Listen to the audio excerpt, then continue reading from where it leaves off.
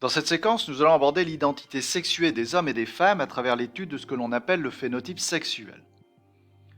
De manière générale, le phénotype correspond à l'ensemble des caractères visibles d'un individu au niveau macroscopique, cellulaire et moléculaire. On peut déterminer les caractéristiques du phénotype sexuel des hommes et des femmes en s'appuyant sur cette illustration. On peut distinguer ce que l'on appelle des caractères sexuels primaires et des caractères sexuels secondaires. Les caractères sexuels primaires correspondent aux appareils génitaux et nous allons les détailler juste après. Si l'on revient sur les caractères sexuels secondaires, on peut commencer par préciser qu'ils se développent sous l'effet des hormones sexuelles.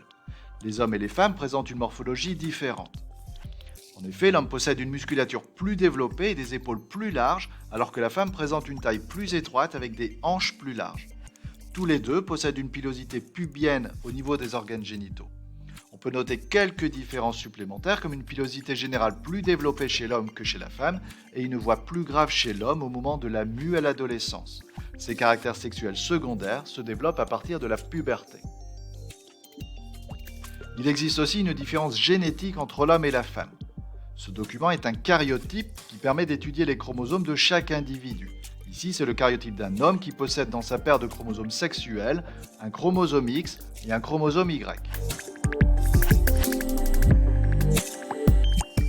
Il s'agit maintenant du karyotype d'une femme qui possède quant à elle deux chromosomes X, mais pas de chromosome Y. L'appareil génital de l'homme se caractérise par la présence de deux testicules, d'un pénis, de conduits génitaux internes et de glandes annexes.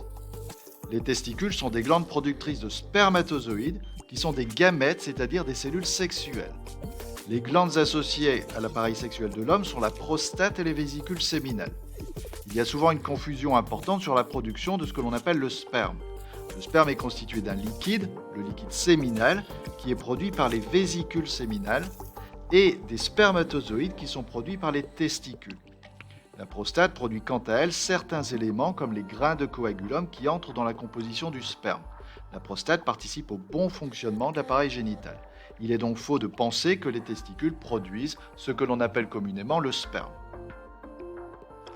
L'appareil génital de la femme est composé de deux ovaires qui produisent les ovocytes ou ovules qui sont les gamètes féminins.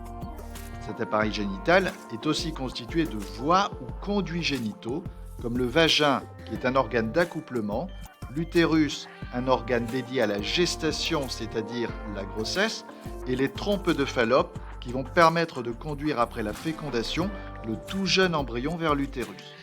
La partie externe de l'appareil génital de la femme est constituée de la vulve, dont on peut distinguer les petites et les grandes lèvres, et d'un clitoris, un organe sensoriel. La physiologie des hormones sexuelles est différente chez l'homme et la femme. L'homme produit de la testostérone de manière continue, de la puberté jusqu'à la fin de sa vie. La femme produit quant à elle deux types d'hormones, des œstrogènes et de la progestérone, de manière cyclique, de la puberté jusqu'à la ménopause. En effet, on distingue chez la femme ce que l'on appelle un cycle menstruel qui dure 28 jours, avec l'ovulation qui a lieu au 14e jour de ce cycle menstruel. Pendant la période qui précède l'ovulation, il y a une production d'œstradiol, un type d'œstrogène, alors que pendant la deuxième partie du cycle, il y a une production de progestérone. Nous reviendrons plus en détail sur les modalités de la production de ces hormones et leurs effets un petit peu plus tard.